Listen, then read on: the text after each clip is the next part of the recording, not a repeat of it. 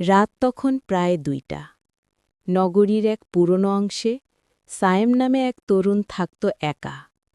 ছোট একটা বাসা, ভাড়া কম, কিন্তু পরিবেশ অদ্ভুত। পুরো বিল্ডিংয়ে কেবল ৩টা ফ্ল্যাটে মানুষ থাকে, আর সায়েমের ফ্ল্যাটের পাশে বছরের পর বছর কেউ থাকতে চায় না। কারণ সবাই বলে ওপাশের ফ্ল্যাটে রাত হলে একটা আলো জ্বলে, কিন্তু কেউ থাকে না। সায়েম এসব বিশ্বাস করে না। সে হাসতে হাসতে বলতো, ভূত, আজকাল ভূতও যদি থাকে টিকটক বানাতো। কিন্তু ওই রাতে কিছু যেন বদলে গেল। আচমকা পাশের ফ্ল্যাট থেকে দরজায় টোকা পড়ল। ঠক ঠক। সে দরজা খুলে বলল, কে? কেউ নেই, শুধু করিডোরে কুয়াশার মতো ধোঁয়া। দূরে দেখা গেল ওই ফ্ল্যাটের দরজা অল্প খোলা, আর ভেতর থেকে ভেসে আসছে ক্ষীণ একটা সুর, যেন পুরনো রেডিও বাজছে, ভাঙা ভাঙা গলায়। চল রে চল, একসাথে। সায়েম ভাবল, হয়তো কেউ নতুন এসেছে। সে দরজায় নক করল। হ্যালো, নতুন ভাড়াটে? ভেতর থেকে এক নারী কণ্ঠ উত্তর দিল, ভিতরে আসুন। সায়েম ভেতরে ঢুকল। ঘরটা প্রায় অন্ধকার, শুধু একটা টেবিল ল্যাম্প জ্বলছে। এক মহিলা বসে আছেন, সাদা শাড়ি, মুখে অদ্ভুত শান্তি, চোখ দুটো গভীর আর ঠান্ডা। আমি আপনার পাশের ফ্ল্যাটে থাকি, সায়েম বলল। আপনাকে আগে দেখিনি। মহিলা হেসে বললেন, আমি আজই ফিরেছি। ফিরেছেন মানে? আমার এই ঘরেই মৃত্যু হয়েছিল অনেক বছর আগে। সায়েম থমকে গেল। আপনি মজা করছেন? মহিলা ধীরে ধীরে বললেন, তুমি ভয় পাচ্ছ না? না, আমি বিজ্ঞান পড়েছি, ভূতটুত বিশ্বাস করি না। মহিলা মৃদু হেসে বললেন, তাহলে প্রমাণ করো, এই ঘরটা রাতে একা থাকতে পারবে? সায়েম হেসে রাজি হয়ে গেল। Challenge accepted. রাত ৩:৩০। সায়েম বসে আছে ওই ঘরে, মোবাইলে ভিডিও রেকর্ড চলছে। প্রমাণ করব, এসব গল্প ফালতু, সে ক্যামেরায় বলল।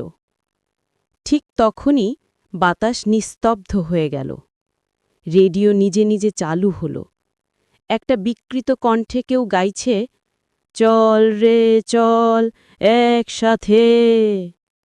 ঘড়ির কাঁটা থেমে গেল। ঘরের সব আলো নিভে গিয়ে একটিমাত্র ল্যাম্প জ্বলতে লাগল লালচে রঙের। সায়েম ফোনের টর্চ অন করল। হঠাৎ আয়নায় নিজের প্রতিবিম্ব দেখল, কিন্তু সেটা হাসছে, অথচ সায়েম হাসছে না। প্রতিবিম্ব ঠোঁট নেড়ে বলল, বের হতে পারবে না। সায়েম ভয় পেয়ে দরজার দিকে দৌড় দিল, কিন্তু দরজা বন্ধ।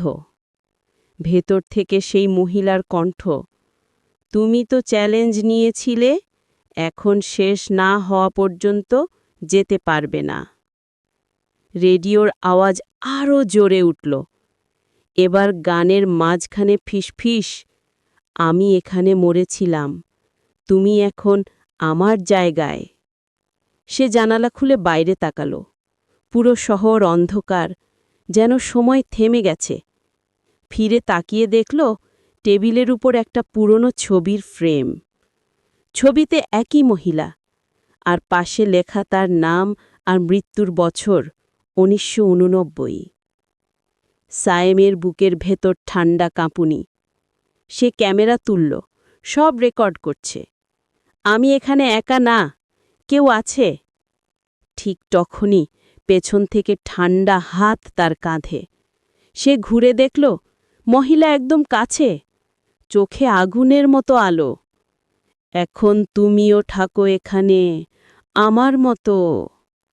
এক ঝলক আলো, এক চিৎকার, তারপর নিস্তব্ধতা। পরদিন সকালে বিল্ডিংয়ের কেয়ারটেকার দরজা ভেঙে ভেতরে ঢোকে। ভেতরে শুধু পড়ে আছে এক ফোন, যেখানে শেষ ভিডিওটা এখনও চলছে। ভিডিওতে দেখা যায় সায়েম ঘরের ভেতর কথা বলছে, তারপর হঠাৎ মিলিয়ে যাচ্ছে। কিন্তু ক্যামেরায় ঠিক সেই মুহূর্তে দেখা যায় তার জায়গায় বসে আছে এক মহিলা, সাদা শাড়ি পরা, মুখে হাসি। ভিডিওর শেষে মহিলার কণ্ঠ, আরেকজন এলো, আমার কাল রাত্রির অতিথি। পুলিশ রিপোর্টে লেখা হয় কোনো দেহ পাওয়া যায়নি, শুধু মোবাইল ভিডিও। সায়েম নিখোঁজ। কিন্তু সেদিন রাতেই পাশের বাসার ভাড়াতে বলে ওই ফ্ল্যাটের জানালায় আলো জ্বলছে আবার। ভেতরে দুইটা ছায়া, একজন পুরুষ, একজন নারী। দুজনের মুখেই ঠান্ডা হাসি, আর রেডিওর আওয়াজ ভেসে আসছে, চল রে চল একসাথে। আজও যদি কেউ রাত 2টার পর সেই বিল্ডিংয়ের পাশ দিয়ে যায়, দেখে একটা জানালায় লাল আলো, ভেতরে কারো ছায়া দাঁড়িয়ে বলে, ভয় পেও না, চলো একসাথে, আই।